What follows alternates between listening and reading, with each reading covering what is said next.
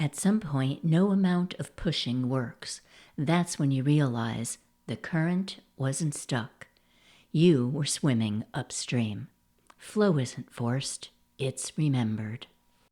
Have you ever had one of those mornings when you wake up already behind, your mind racing, your body tight, too many responsibilities, not enough time, and an inner pressure that whispers, you don't have time for all of this?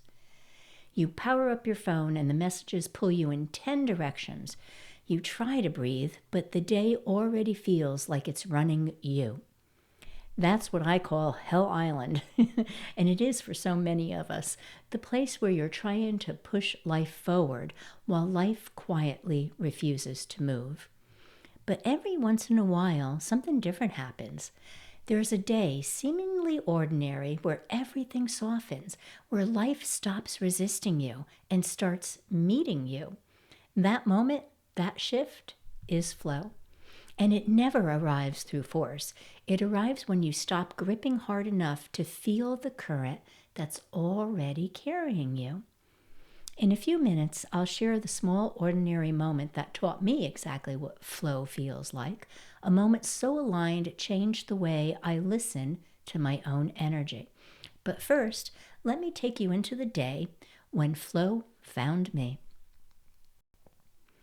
A few months ago, I woke up knowing I had more on my plate than the day technically had room for.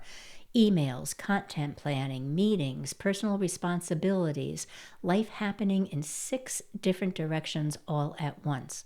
Normally, I would have tightened up, grabbed my tea, and marched through the day like a one-person marching band. But something in me felt different that morning. Instead of rushing, I paused, I breathed, I listened. And the strangest thing happened. Everything slowed down without actually slowing down. The first meeting shifted.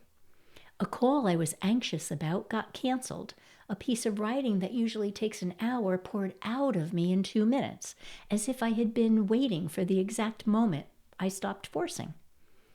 I walked into the kitchen to refill my tea and felt this wave of gratitude rise for no reason at all. Life felt aligned. Not perfect, not orchestrated, just aligned. And it hit me.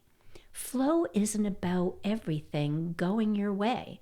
Flow is what happens when you finally stop fighting the current and let life carry you in the direction it was taking you the entire time. And this wasn't luck, it wasn't coincidence, it was coherence. My inner world and outer world moving in the same direction. A little bit later, I'm going to walk you through how to recognize the difference between a day when you're pushing the river and a day when the river is carrying you. But first, I want to talk about what this might look like for you. All right, so maybe your version of flow is a morning where your mind finally feels clear. A conversation lands perfectly. A creative idea arrives out of nowhere. A task that feels effortless, or maybe even a moment of clarity in the middle of chaos. Flow doesn't come from force, as I mentioned. It comes from alignment. And anyone, absolutely anyone, can live in that space of flow more often than they think. Flow is natural. It's your default state of being. Resistance is what you have learned. And what's learned can be unlearned. Flow isn't luck. Flow isn't coincidence. Flow isn't a reward for doing everything right. Flow is what happens when the noise inside you settles long enough for you to hear the quiet truth behind it. It's a psychological state. It's an energetic state. It's a spiritual state. And they all work together. So let's break this down gently. Flow is presence. It begins the moment you stop negotiating with the moment and start experiencing the moment. When you're fully here, not reliving yesterday, not anxiously forecasting tomorrow, your energy aligns with what life is offering right now. Presence doesn't push.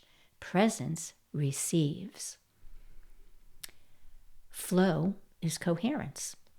And coherence is when your thoughts, your emotions, your nervous system, your breath, and your environment all start arguing with each other. It's the moment your inner world is not contradicting your outer world. When coherence lands, your body feels it first. It softens, it widens, you gain clarity, and a sense of, oh, this is right. Your breath deepens, your shoulders loosen, your intuition becomes louder than fear. Coherence is the foundation of flow.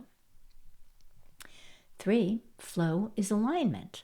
Alignment doesn't mean everything is easy. It means everything is true. It's when your actions, choices, and energy are all moving in the same direction as your soul.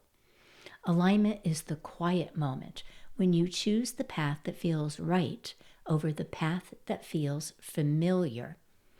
Alignment is the moment the universe begins to respond because you finally stopped resisting what's already unfolding.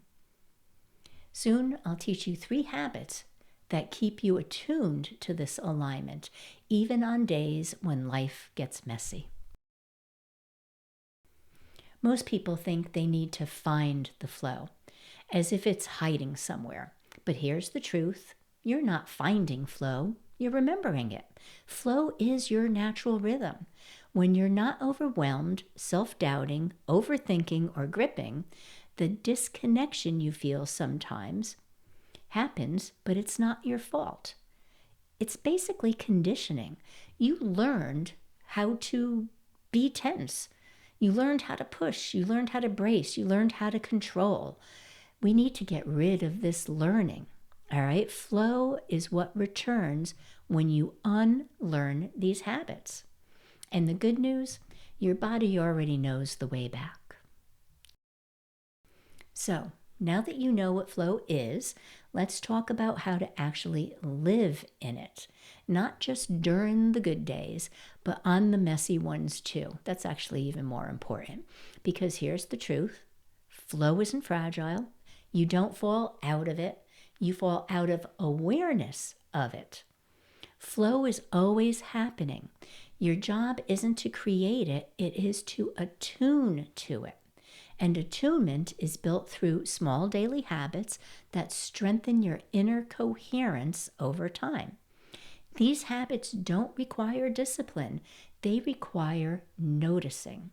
So let's walk through 3 ways that you can notice these little coherences. First, listening for the energy shifts. Life speaks in shifts. Tiny ones, subtle ones, the kind you only notice when you stop forcing your agenda long enough to feel. So an energy shift might look like a sudden heaviness, a sense of drag, a wave of clarity, a quiet excitement, a tightening, or an unexpected ease, a soft yes in your body, or an unmistakable not that. Flow begins the moment you stop ignoring these shifts, because energy never lies. Your mind will negotiate, your emotions will fluctuate, your ego will debate, but your energy, it moves in truth only. So here's a simple practice for you. When you feel a shift, even a small one, pause. There's that pause again. It's so important in so many aspects of what we do. You're going to pause, place a hand on your heart, and ask, is this resistance or redirection? Resistance drains. Redirection nudges. Resistance feels like pushing a boulder uphill. Redirection feels like your path quietly changing shape under your feet, with or without your permission. The moment you honor the shift, flow resumes. In a moment, I'll show you a second habit that brings you into coherence within seconds, especially when you feel scattered.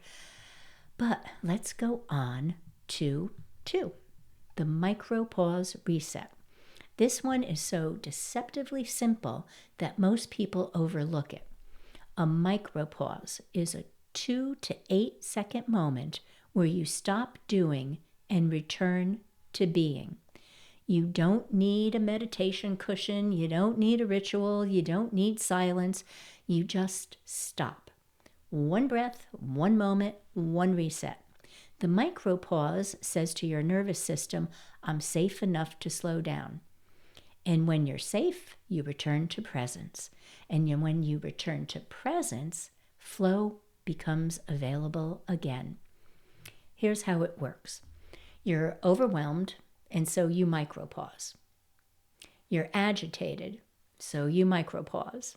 You're rushing for no reason, you micropause.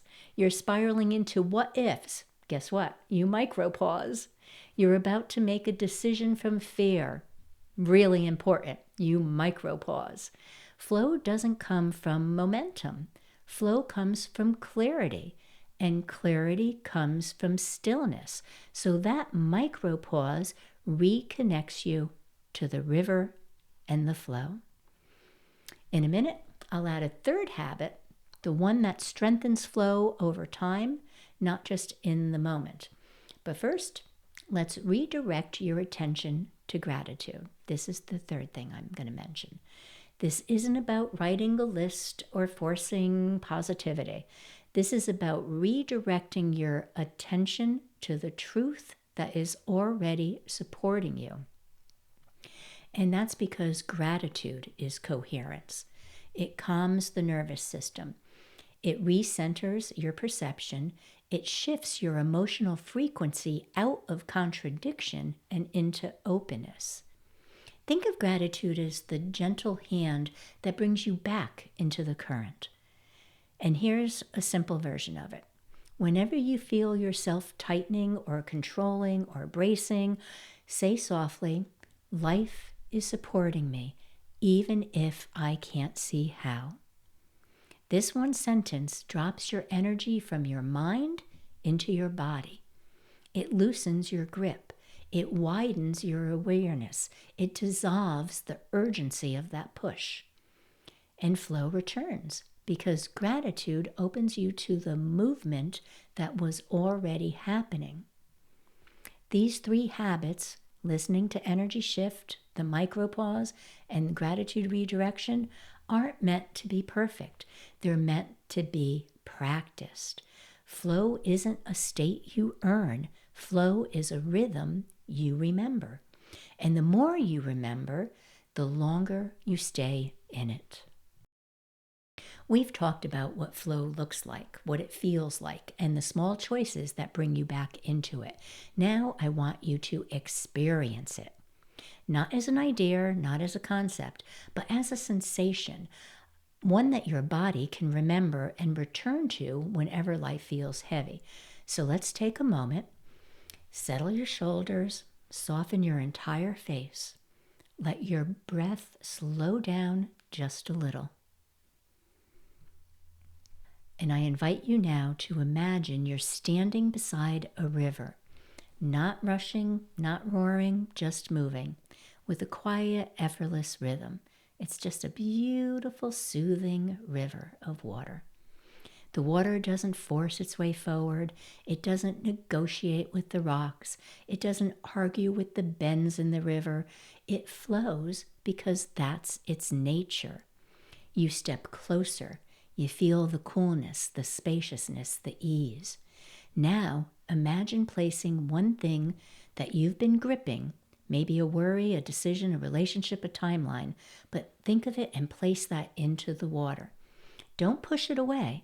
Don't throw it away. Just place it gently on the surface and let the current carry it for a moment. Notice some part of you that softens instantly because your body recognizes what your mind forgets. You're not meant to drag your life upstream. You're meant to move with it in flow. So watch the water for a moment in that river that we're imagining. Feel its intelligence, its timing, its ease. This is flow, not perfection, not constant clarity, just a willingness to move with what's true, one small moment at a time. Flow isn't about doing less. It's about doing what aligns. Flow isn't about everything being easy. It's about knowing when ease is guiding you. Flow isn't about never meeting resistance. It's about recognizing when resistance is simply redirecting you. And flow isn't something you chase, it's something you return to again and again by remembering. You are not separate from the flow, you are the flow. Life moves through you the way the river moves around the rocks, with intelligence, with precision, with a kind of invisible grace that always reveals itself in hindsight. And when you trust that, everything shifts. The decisions become clearer, the timing becomes gentler, the path becomes steadier, because you're no longer pushing life forward, you're partnering with it. If this reflection helped you breathe a little deeper, take a moment to subscribe so you don't miss next week's teachings. We are stepping into a new stage, one I call the freedom stage, where flow becomes expression and your inner clarity turns into the way you move through the world. You'll learn how to stay centered even in uncertainty, how to act from intuition instead of urgency, and how to let your life unfold with a kind of natural grace that doesn't need forcing or invite fear. I'd love for you to be there. I'm Cheryl T. Campbell, and until we meet again, many blessings to you and yours. And remember, you don't have to chase what's aligned. What's aligned finds you when your energy makes space for it. Bye-bye for now.